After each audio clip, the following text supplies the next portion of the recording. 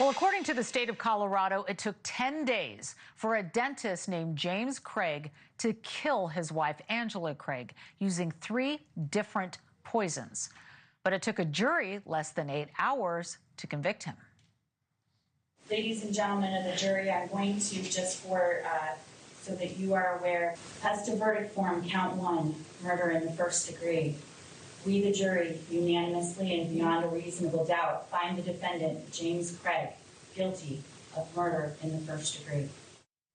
And this was a 2-week trial. Prosecutors said that Craig spiked his wife's protein smoothies with arsenic, cyanide, and a chemical found in eye drops. And when that made her sick but didn't kill her, Craig loaded a lethal dose of cyanide into a syringe and injected it into the mother of 6 as she lay helpless in the hospital. That, according to investigators. The state said that Craig needed Angela dead because he had money troubles and a mistress he wanted to run away with.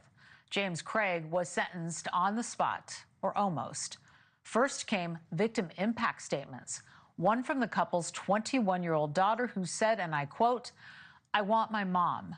I want more than anything to go home at the end of the day and just give her a hug and call her and tell her about the crazy stuff that's happened."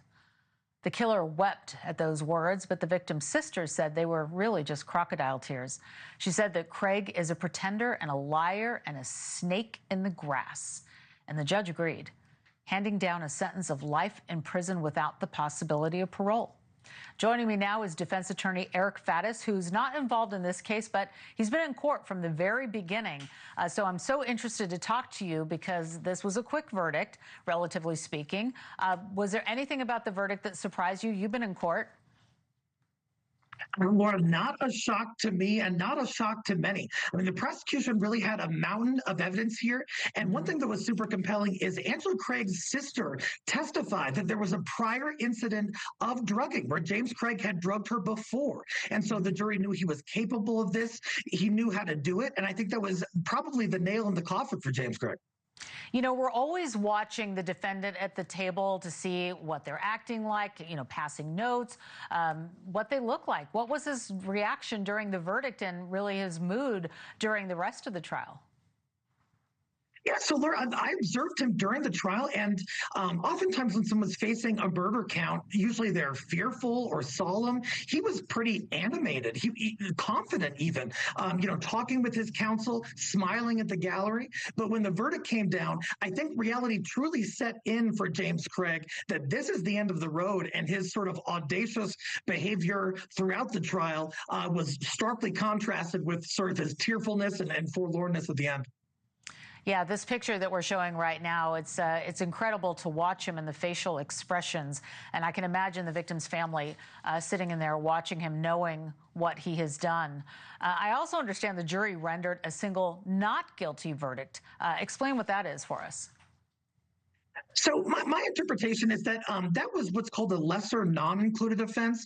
I think the prosecution was concerned that the defense might argue that James Craig assisted in the suicide of Angela Craig but didn't kill her. So for CYA purposes, they brought that charge just to kind of cover everything. And so it makes sense that there was not guilty on that charge because the jury instead concluded that he intentionally and after premeditation killed his wife. You know, I feel like we always hear about victim impact statements after a sentence. Sometimes there's some breathing room on the calendar. Were you surprised that his children delivered victim impact statements and that is normal to have it happen right away? Oftentimes sentencing will be set out a number of weeks or even months.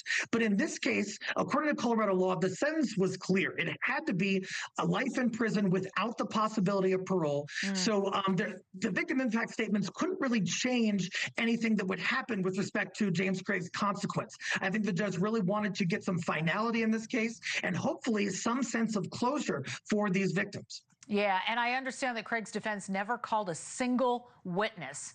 What was the legal strategy with that, you think? It's hard to say. You look at the Diddy case where a Yeah. defense really scored some points on cross-examination and they felt they didn't have to call any witnesses. That is not how this trial played out. I was there.